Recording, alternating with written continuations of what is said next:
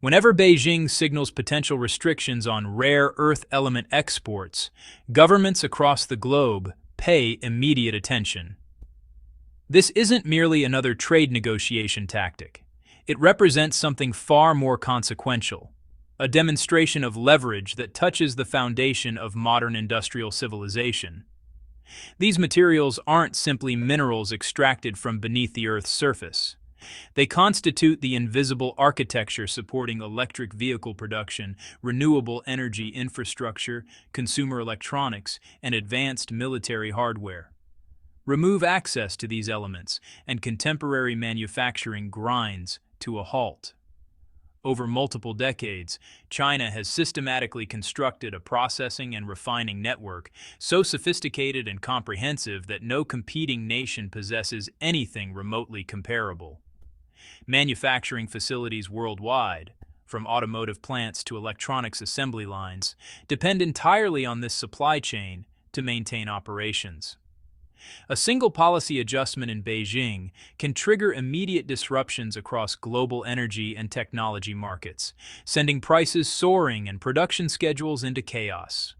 As Washington responds with its own tariff barriers and technology restrictions, this confrontation is evolving into something unprecedented. What began as trade friction has transformed into a fundamental struggle over industrial supremacy, a contest to determine who ultimately controls the raw materials defining the future economy, and whether America's traditional economic approach can withstand a competition it was never structured to fight. Before we continue examining this unfolding crisis, please subscribe to support our coverage of global economic shifts. Sharing this analysis helps us continue investigating these critical developments. Now let's dive deep into how this industrial Cold War is actually unfolding. Act 1. The Refining Monopoly. Beyond Mining, where real power lives. A persistent misconception shapes how most people understand China's rare earth dominance. Many observers still believe Beijing's leverage stems primarily from controlling the world's mining operations. That era, however, ended years ago. Throughout the past decade and a half, China's share of global rare earth extraction has declined substantially. In 2010, Chinese mines accounted for 99% of worldwide production, essentially a complete monopoly. By 2019, that figure had dropped to approximately 60%. Current estimates place China's mining share around 68% of global output. This shift reflects real changes in the industry landscape. The United States has reopened dormant mining operations. Australia has significantly expanded extraction activities. Even nations like Thailand have entered the rare earth mining sector. Raw mineral deposits are being pulled from the ground in numerous countries, creating what appears to be a diversifying supply base. But here's the critical question everyone should be asking. What happens to those raw materials after extraction? The processing choke point. To transform rare earth ore into usable industrial inputs requires refining, a complex, multi-stage process that separates individual elements and prepares them for manufacturing applications. And this is precisely where China's position becomes genuinely irreplaceable. Beijing still controls approximately 90 to 95% of global rare earth refining capacity. Nearly every powerful magnet in an electric motor, every specialized component in a smartphone, every guidance system in advanced missiles, all depend on Chinese processing facilities to convert raw ore into functional materials. Establishing these refining operations elsewhere isn't simply expensive or time-consuming. It approaches impossibility for most countries. Rare earth refining demands enormous quantities of affordable electricity, massive water consumption, and acceptance of significant toxic waste generation. These conditions create environmental and economic barriers that Western nations struggle to overcome. The resulting cost differential is so substantial that private companies consistently refuse to bear the expense. Consider Lynas Corporation, an Australian mining firm attempting to establish a refining facility in Texas with direct United States government support. Project costs have already ballooned to nearly $800 million, yet investors remain deeply skeptical about long-term viability. Similar initiatives across Canada and Europe have stalled completely. The pattern repeats everywhere. Expenses skyrocket beyond initial projections, environmental approval processes drag on indefinitely, and financial backing evaporates as the true scale of investment becomes apparent. This creates a peculiar circular dependency that defines the entire rare earth supply chain. While the world may extract these minerals from diverse locations, American deserts, Australian outback, Southeast Asian deposits, nearly all of them follow the identical route. They're shipped to China for processing, refined in Chinese facilities, then exported back to the very nations attempting to reduce dependency on Chinese supply. This circular flow is where Beijing's strategic advantage truly begins to manifest. It's no longer about controlling mines scattered across remote locations. The leverage exists in owning the industrial infrastructure that transforms unusable ore into the specialized materials powering contemporary civilization. What appeared to be a simple resource story has evolved into a sophisticated economic weapon. And despite years of discussion about supply chain diversification and rare earth independence, Western nations still struggle to develop any effective counter to this structural advantage. The material flows one direction for processing, then returns as finished product. And with each cycle, China's position strengthens while alternatives remain perpetually 5 to 10 years away from viability. Act 2. Washington's tariff illusion. The confidence game. In Washington, however, the narrative sounds dramatically different. Administration officials insist that tariff policies have fundamentally strengthened America's negotiating position. The president maintains that these trade barriers have generated hundreds of billions in revenue while forcing international partners to reconsider their economic relationships with the United States. The argument follows a straightforward logic. Tariffs create leverage. Without them, America would face negotiations from a position of weakness. With them, Washington commands respect and extracts concessions. Revenue flows into federal coffers. Trading partners, particularly China, express willingness to negotiate.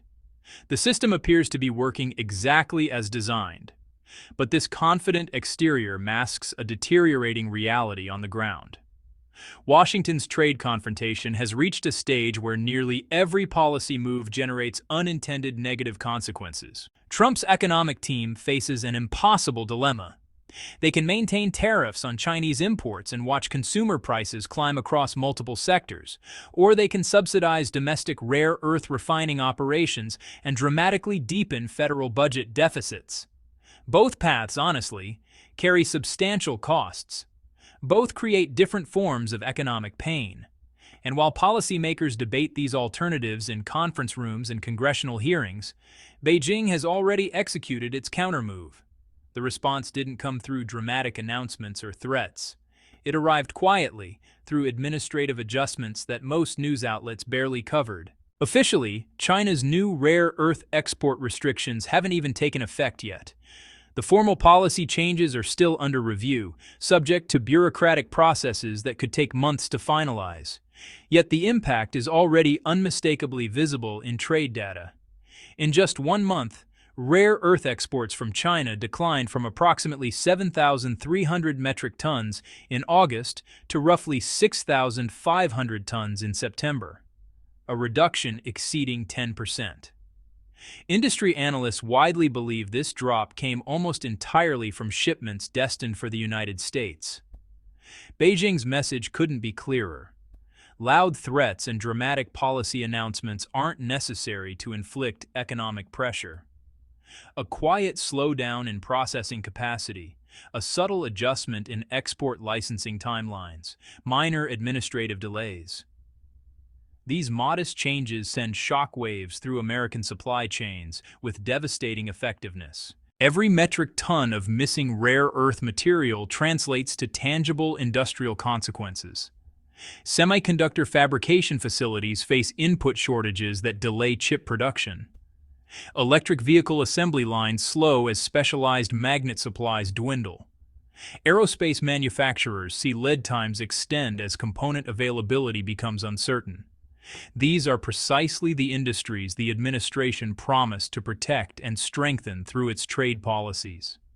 Yet the actual result is increased vulnerability, not enhanced security. For China, this represents leverage through patience. No dramatic escalation is required. Simply demonstrating the capacity to tighten supply without actually cutting it off completely achieves the strategic objective. American manufacturers understand their exposure. Investors recognize the risk. The pressure builds without Beijing needing to deploy its most extreme options. Scott Bessent, one of the president's key economic advisors, has characterized China's rare earth restrictions as representing a fundamental breakdown of the global trading system. The accusation suggests Beijing is acting as a rogue actor, violating international norms and weaponizing trade relationships. But honestly, this narrative conveniently ignores recent history. The breakdown Bessent describes didn't originate in Beijing. It began years earlier when Washington launched comprehensive tariff campaigns and sweeping semiconductor export bans that, well, effectively cornered American technology companies in impossible positions. China is simply responding with equivalent measures. If the United States can restrict exports of advanced chips citing national security, then Beijing can restrict exports of rare earth elements using identical justification. The playbook is the same, only the commodities have changed. This tension is building toward an upcoming bilateral meeting that both nations are quietly describing as a high-stakes confrontation. Investors certainly understand what hangs in the balance. The United States imports over $800 million worth of rare earth compounds annually. Even modest disruption in that supply flow creates ripple effects across aerospace manufacturing, defense production, and technology sectors. For Beijing, this measured squeeze isn't a declaration of economic warfare.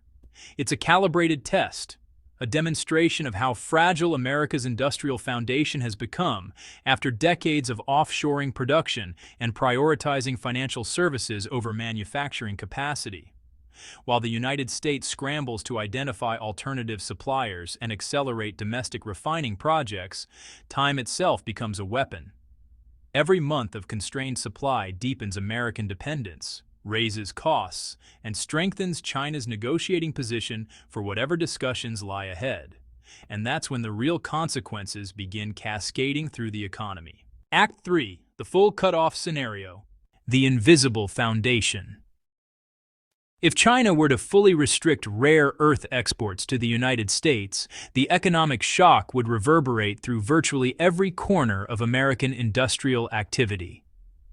These elements, cerium, samarium, neodymium, dysprosium, and dozens more with names most people have never heard, form the invisible foundation supporting modern technological civilization. They power the electric motors in vehicles. They enable the generators in wind turbines. They're embedded in fighter jet electronics and guidance systems. They're essential components in every smartphone produced globally. China controls between 80 and 95% of worldwide supply, depending on which specific element you're examining. Even a modest reduction in availability creates cascading problems across entire industrial sectors. The manufacturing halt. Without consistent access to these materials, American manufacturing facilities would face a stark choice: accept dramatically higher input costs or halt production entirely. The mathematics of electric vehicle production illustrates the problem clearly. A single EV requires up to 5 kilograms of rare earth magnets for its electric motor. Industrial-scale wind turbines need hundreds of kilograms. Solar panel production, advanced battery manufacturing, precision electronics, all depend on steady, rare earth supplies. Importing from friendly nations like Australia or Vietnam seems like an obvious alternative. But this solution dissolves under scrutiny. Refining capacity in those countries remains extremely limited. They can mine ore, but processing it into usable form still requires sending materials to China or establishing entirely new refining infrastructure, a process taking years and requiring billions in investment. And even if alternative suppliers could dramatically scale up processing operations, American tariff policies would raise input costs by an additional 10 to 20%, eroding whatever competitive advantage domestic manufacturers hope to achieve. The knowledge monopoly. The challenge extends far beyond simple supply logistics. It's fundamentally about industrial knowledge that's accumulated over decades. Refining rare earth elements involves more than 100 distinct chemical separation steps, each requiring specialized equipment and technical expertise. These processes must be adapted to the specific geological characteristics of wherever the raw ore originated. Techniques perfected for processing Chinese ore deposits don't necessarily work effectively with American mineral sources. The chemistry differs. The impurity profiles vary. The optimal separation methods must be recalibrated for each unique ore body. Over multiple decades, Chinese chemical engineers have refined these processes to remarkable efficiency. And now Beijing has erected additional barriers to knowledge transfer. The export of key refining equipment is banned without special authorization. Chinese technical experts are prohibited from working abroad on rare earth projects without government approval. The accumulated know-how remains locked inside China's borders. In other words, even if Washington identifies every rare earth deposit within American territory, even if mining operations extract ore at unprecedented scale, those raw materials would still require passage through Chinese processing facilities to become industrially useful. That's the structural choke point Beijing has methodically constructed and now carefully defends.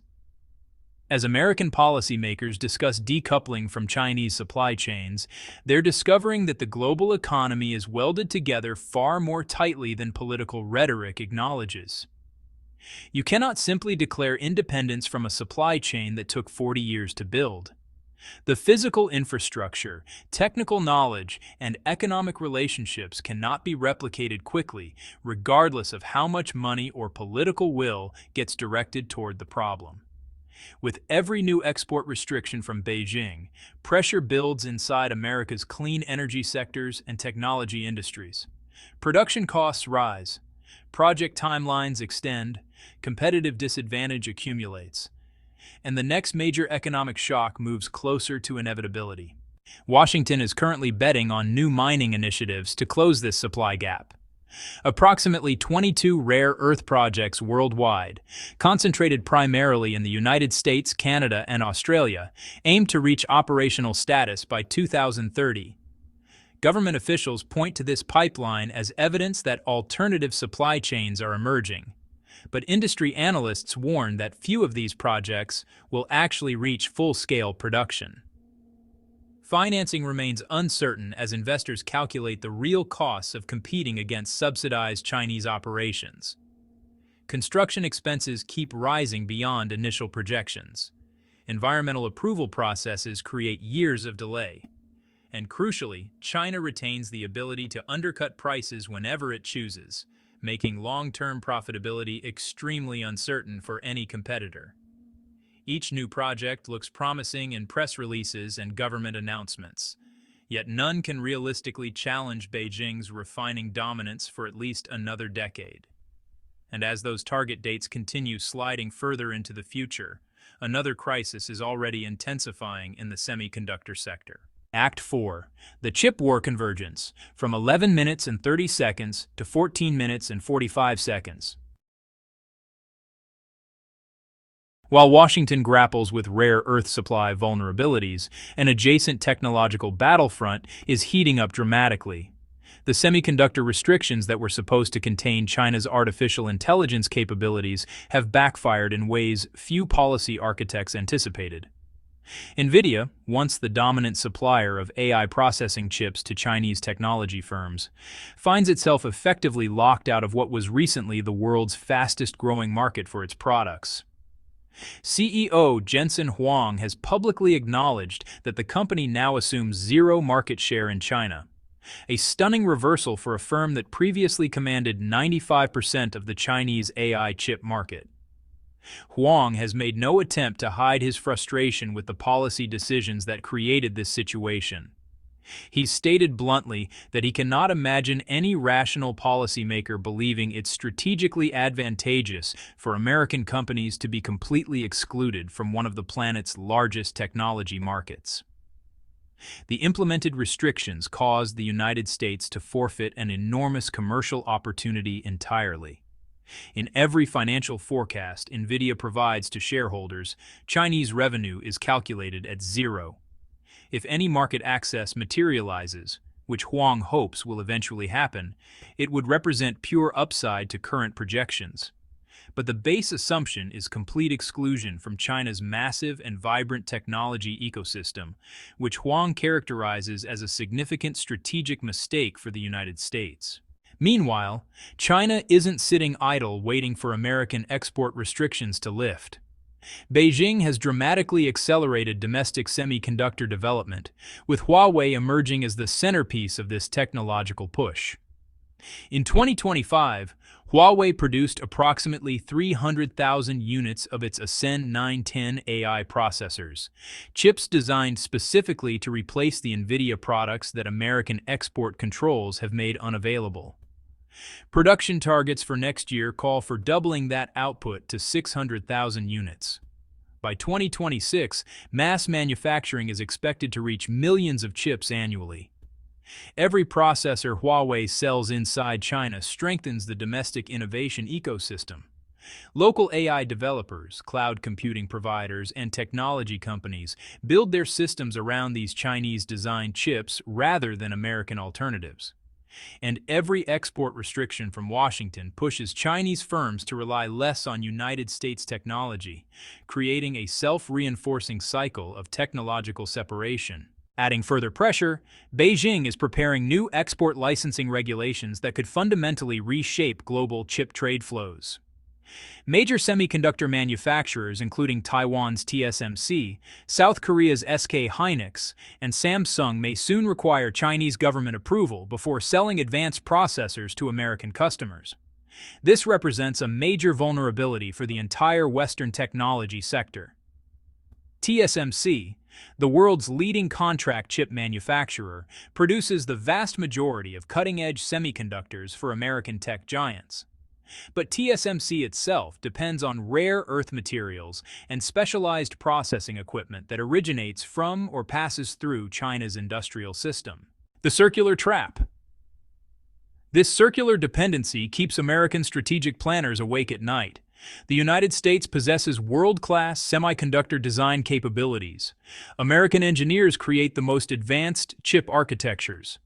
But, many raw materials required for actual production still flow through China's supply chains. If those material supplies face disruption, whether rare earths for specialized components, ultra-pure silicon, or other critical inputs, even the most brilliant engineering teams in Silicon Valley cannot complete the manufacturing process. Design excellence becomes irrelevant without access to the physical materials necessary for production. As Beijing ramps up domestic chip output and Washington doubles down on export restrictions, the boundaries between the rare earth confrontation and the semiconductor war are honestly dissolving. What initially appeared as separate trade disputes are merging into a unified contest, a comprehensive struggle for control over both the raw materials and the manufacturing capacity that define the contemporary technological economy. Together, these interconnected battles form a single existential question: which nation will dominate the industrial foundations of the 21st century? And the answer to that question will determine far more than market share or trade balances. It will shape global power itself. Seat 5. Washington's State Capitalism. The Desperate Intervention. Confronted with collapsing supply chains and mounting panic among manufacturers, Washington is implementing a comprehensive policy framework that bears little resemblance to traditional American free market capitalism. Scott Bessent, one of the administration's chief economic strategists, has proposed a sweeping intervention system involving price floors and forward buying commitments across strategic industries, from rare earth mining to advanced materials processing. The practical meaning is stark. The United States government would guarantee minimum prices for domestic producers regardless of market conditions, and directly subsidize strategic sectors using taxpayer funds. Bessent argues that when facing a command economy like China's, America must adopt its own version of centralized industrial policy. Market forces alone cannot compete against state-backed competitors willing to operate at losses indefinitely to secure market dominance. The strategic reserve. The proposal also includes establishing a strategic mineral reserve where Washington would purchase and stockpile critical resources. Rare earths, lithium, cobalt, graphite, mirroring the strategic petroleum reserves that have existed for decades. Official cost estimates for just the initial phase exceed $40 billion, with substantially more spending anticipated as new supply chains come online and domestic production scales up.